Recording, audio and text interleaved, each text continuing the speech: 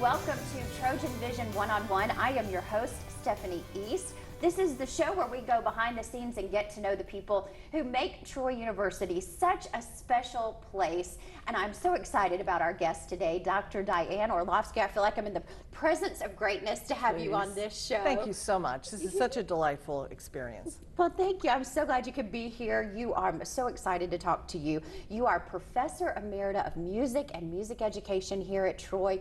You've had a storied career. You have influenced so many lives, and I can't wait to find out more all about it and all about what's in store for you ahead as well. Well, thanks. Yeah.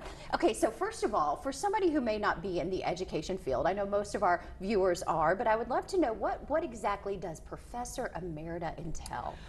When a person does a long career in higher education, it's one more way that the university or the institution can tip their hat to say, thank you for your service. You made it through all of the levels. You outlasted, or you just kept on, you know? So it's just basically another honor that extends past employment. And you are a fixture here at Troy University, but let's start from the beginning. You obviously are so incredibly talented. What led you to be interested in music? Funny story, I wasn't. I was in high school, I was wanting to be a teacher. I knew that from age 4. I wanted to teach. I didn't know what. So I thought history, maybe foreign language, because I love that, English. I looked at everything else, and then someone, when I was a senior, looked at me and say, you play the piano, you've done all this other choral stuff, why not music? And I kind of went, okay, why not music? I said, I'll give it a year. The rest is history.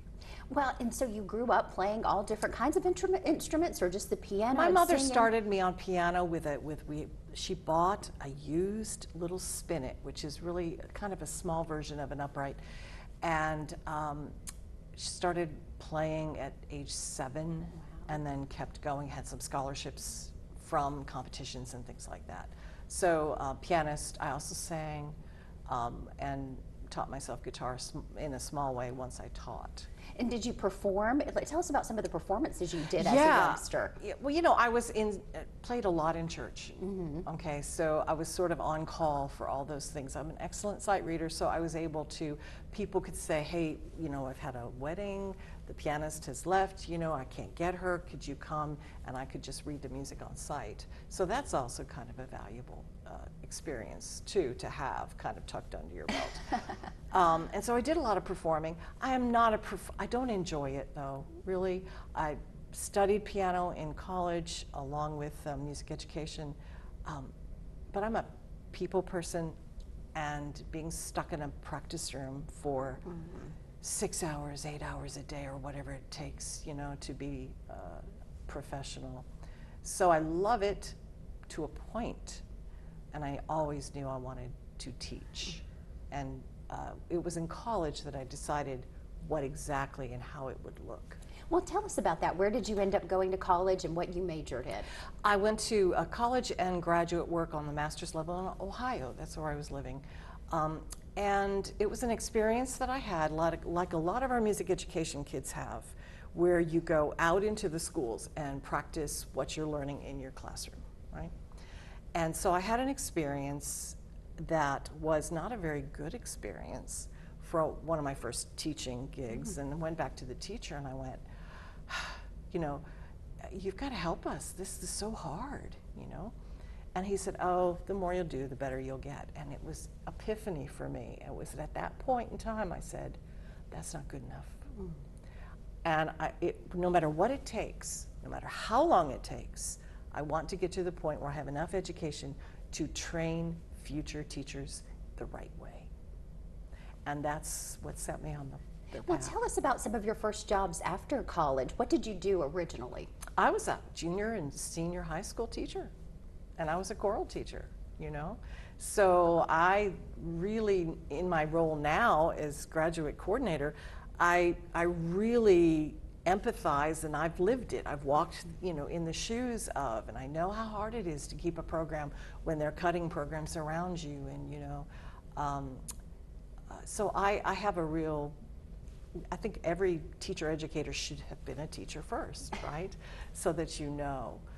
And then I went to, decided I wanted to go get my PhD and finish teaching. I wasn't unhappy in teaching, I loved it, but I knew that was the next step. So I went to Florida State, got my PhD, and when it was time to graduate with it, it was a really bad job year. And Troy was one of the jobs available. And so I didn't know anybody here. My professor at Florida State said, go and get your experience, you know, go put your roots down a little bit. And that was a long time ago. I was hired in 1986. And you have, like I said, a storied career here. Tell us a little bit about some of the different positions that you've had here at Troy University. You know, I think of my life here at Troy as one of reinvention. I'm constantly reinventing or being asked to reinvent. So when I was hired here, I did, back in 1986, it was much smaller. When you were hired, you did a lot of things. So I taught theory and piano and music education, and I mean, I was a classroom teacher, and I remained a classroom teacher for about 20 years. And then in 2005-06, there was a real need for someone to step into the choral area. And so that was my area. That's what I trained in. That's what my degree was in. And so I reinvented, right? Stepped in for 16 years, did the director of choirs position, conducted the chorale, started Frequency in 2009, the vocal jazz group. And so got it to the point where I felt like it was time to birth it and give it to someone else to raise. And so I did that, and also did music education. So sort of kind of a half and half. And then in 2022, I decided I had projects I wanted to do, you know.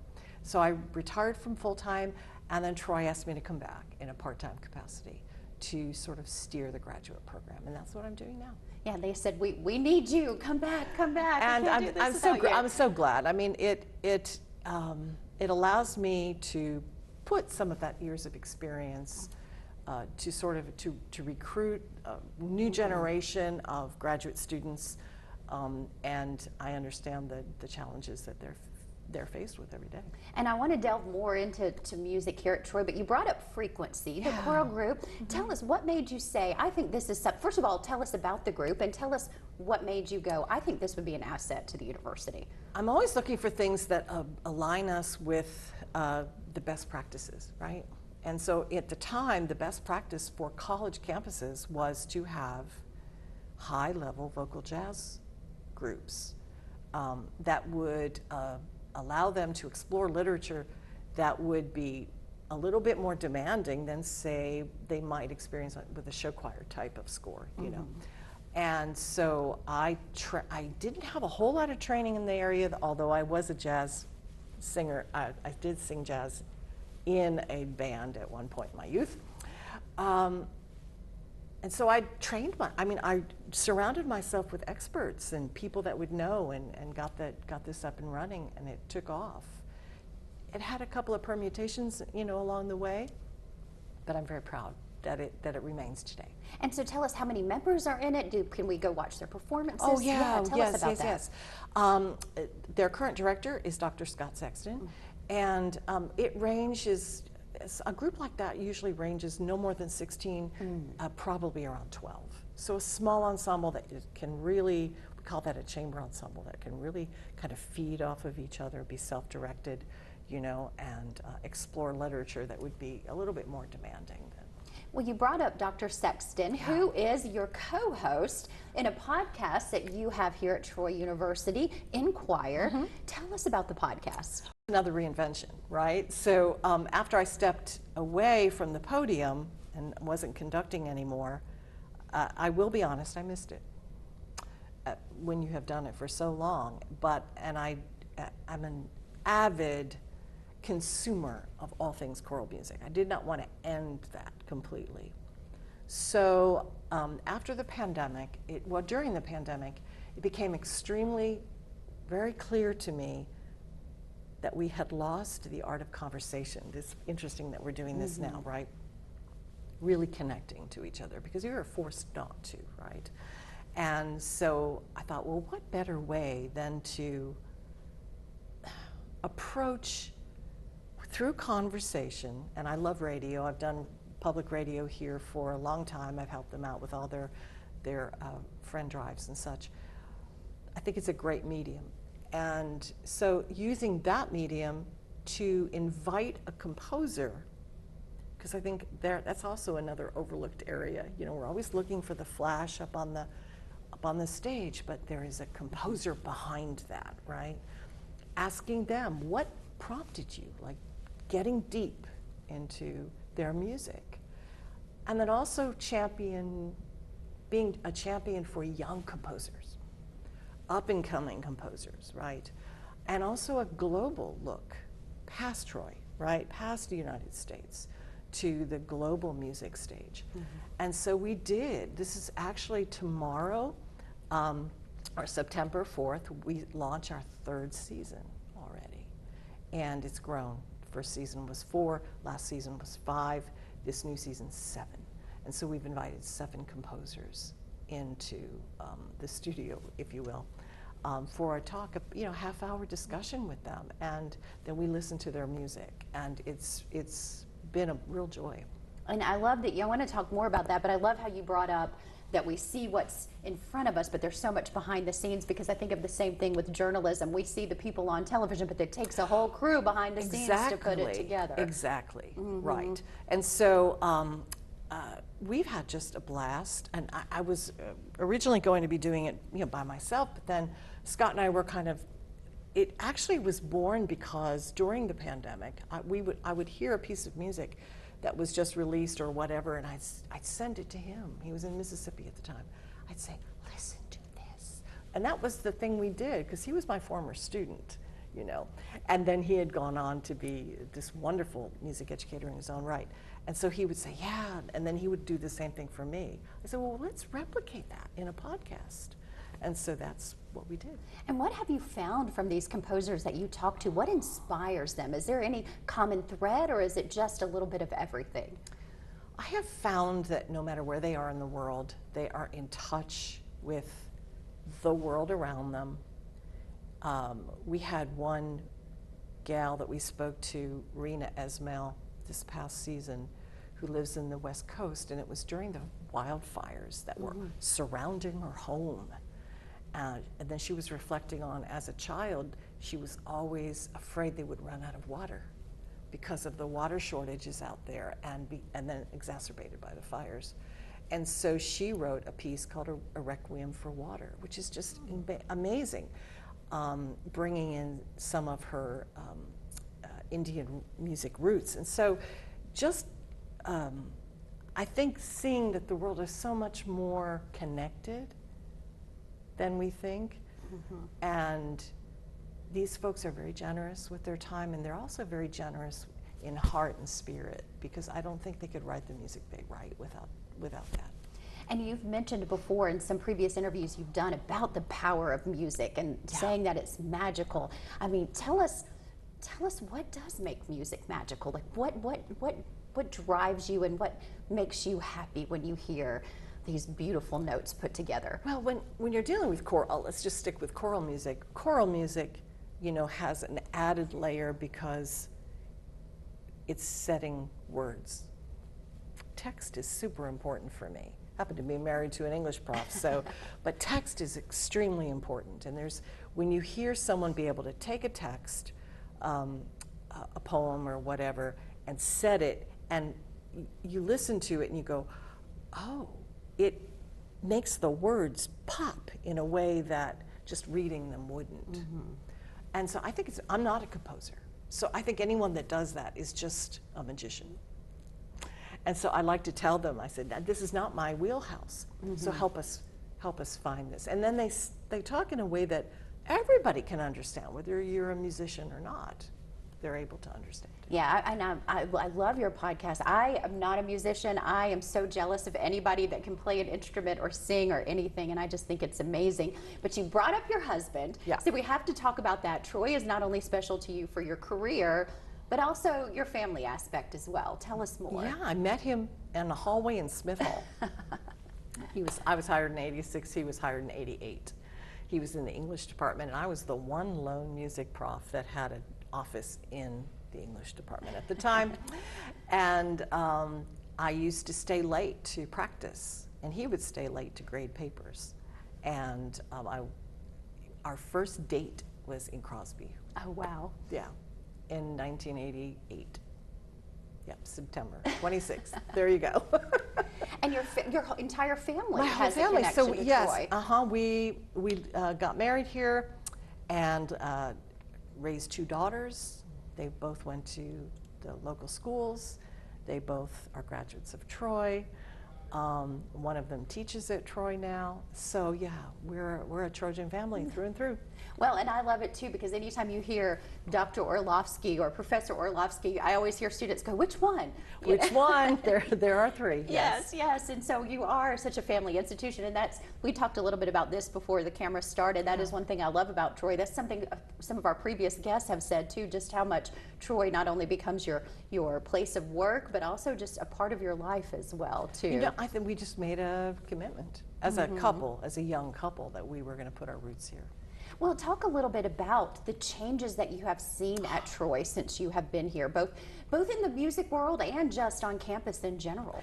I don't think anyone who is familiar with our campus now, had they come in 1986 when we were here, right, when I was here, they would not have recognized it. It is an absolute phenomenon how much in that, to me, short period of time, it has completely changed. A lot has changed, and yet a lot has not changed. One of the things that has not changed is that we invest in each individual student, and we're still able to do that. You know, Dr. Hawkins always talks about being a family. There is a unique and special, I'm not just saying this, I believe this, that we used to have a motto called, I think it's a one student at a time. And that's still to this day.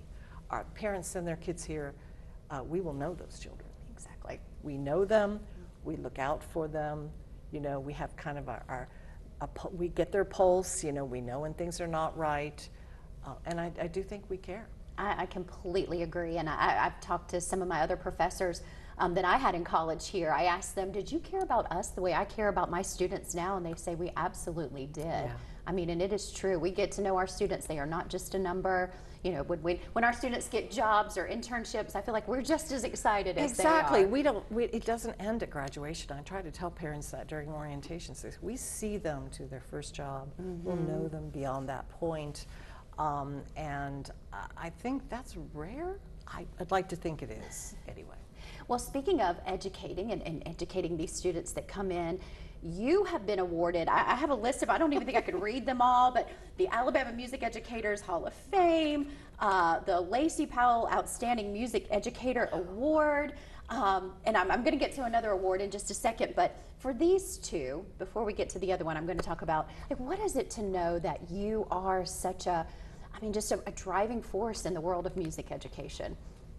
I'm humbled because I remember back to that 20-year-old who walked into her classroom, and one of the first teaching experiences faced a 5th grader sitting in the garbage can who was being a little belligerent when I asked her to leave, and having that bad experience teach me so much, and then go on to be able to instill a real deep understanding of and love for teaching the arts, right?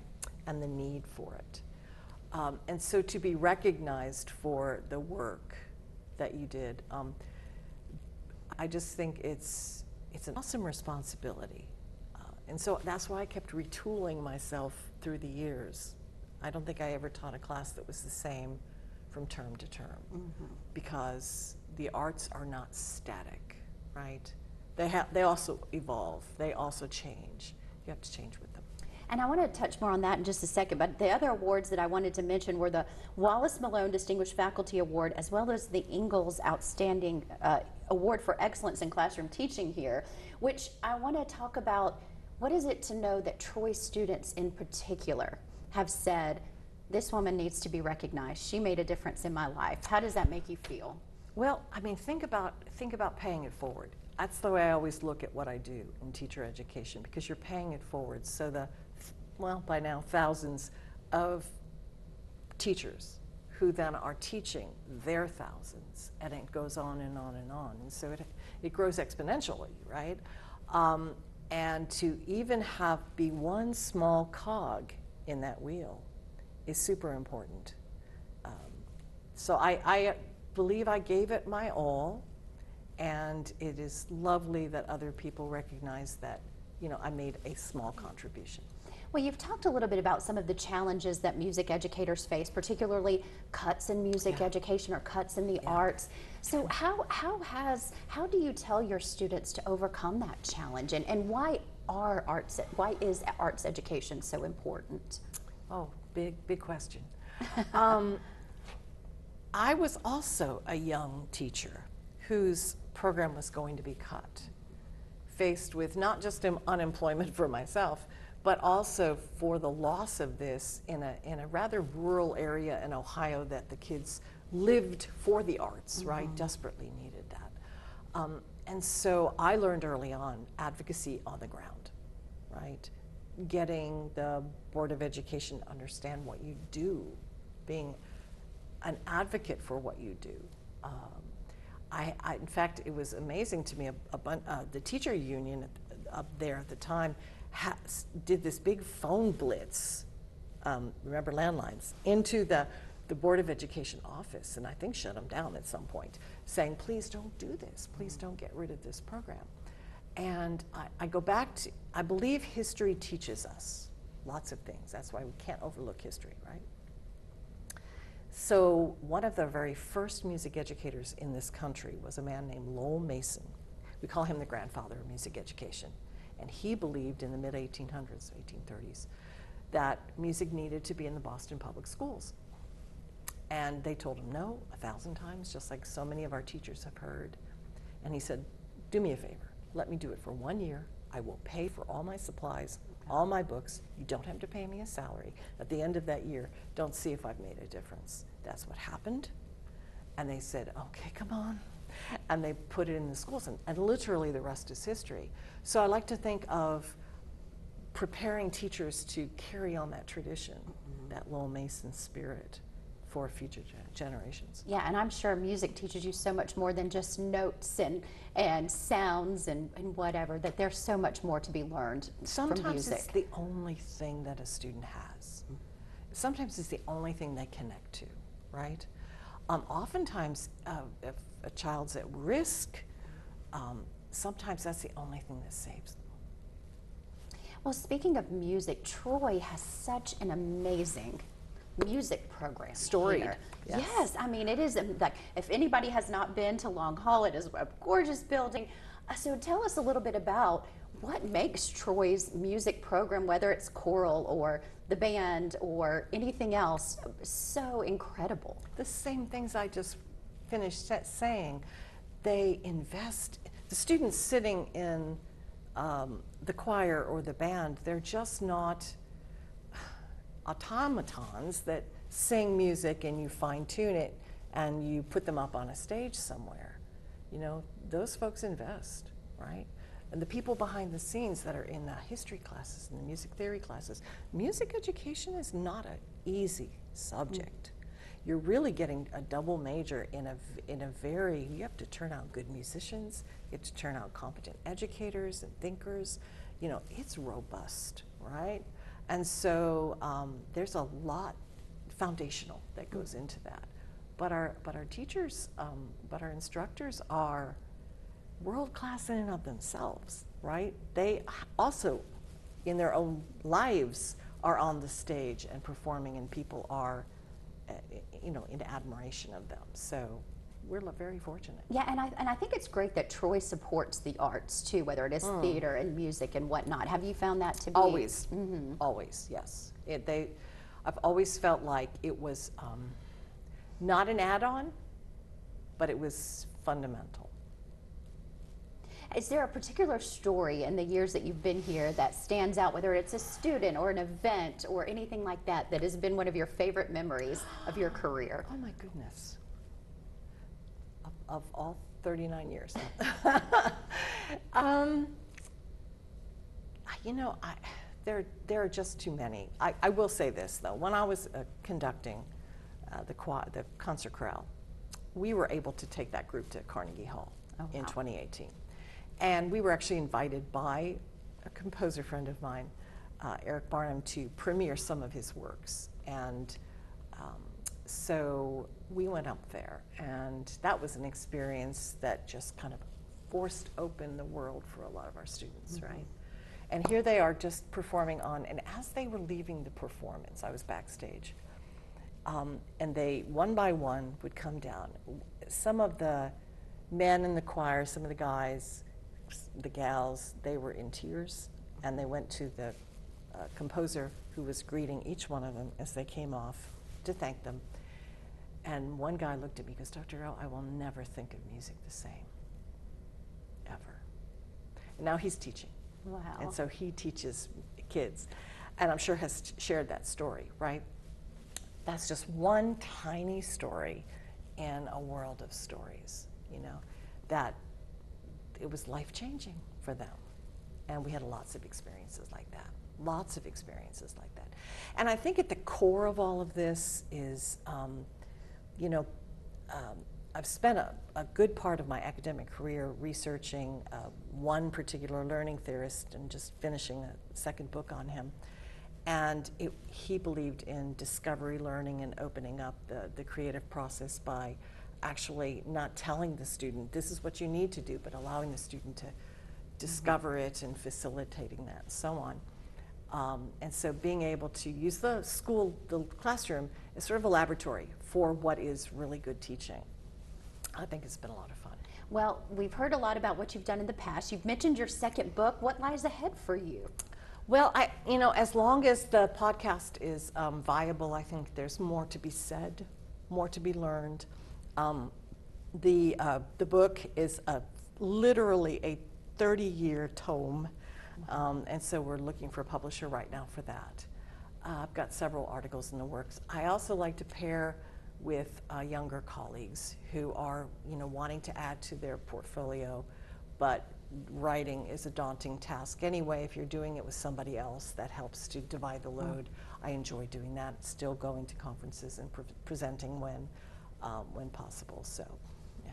Well, again, I'm so excited to have you here and to talk to you. I feel like, again, I'm in the presence of greatness because I've met you several times and heard about you, and everybody raves. You are just amazing to talk to, and I'm so glad that you would take the time to be on our show today. Thanks for taking the time to hear me. Yes, well, I appreciate it so much, Dr. Diane Orlofsky, and we appreciate it. And join us next time here on Trojan Vision One-on-One.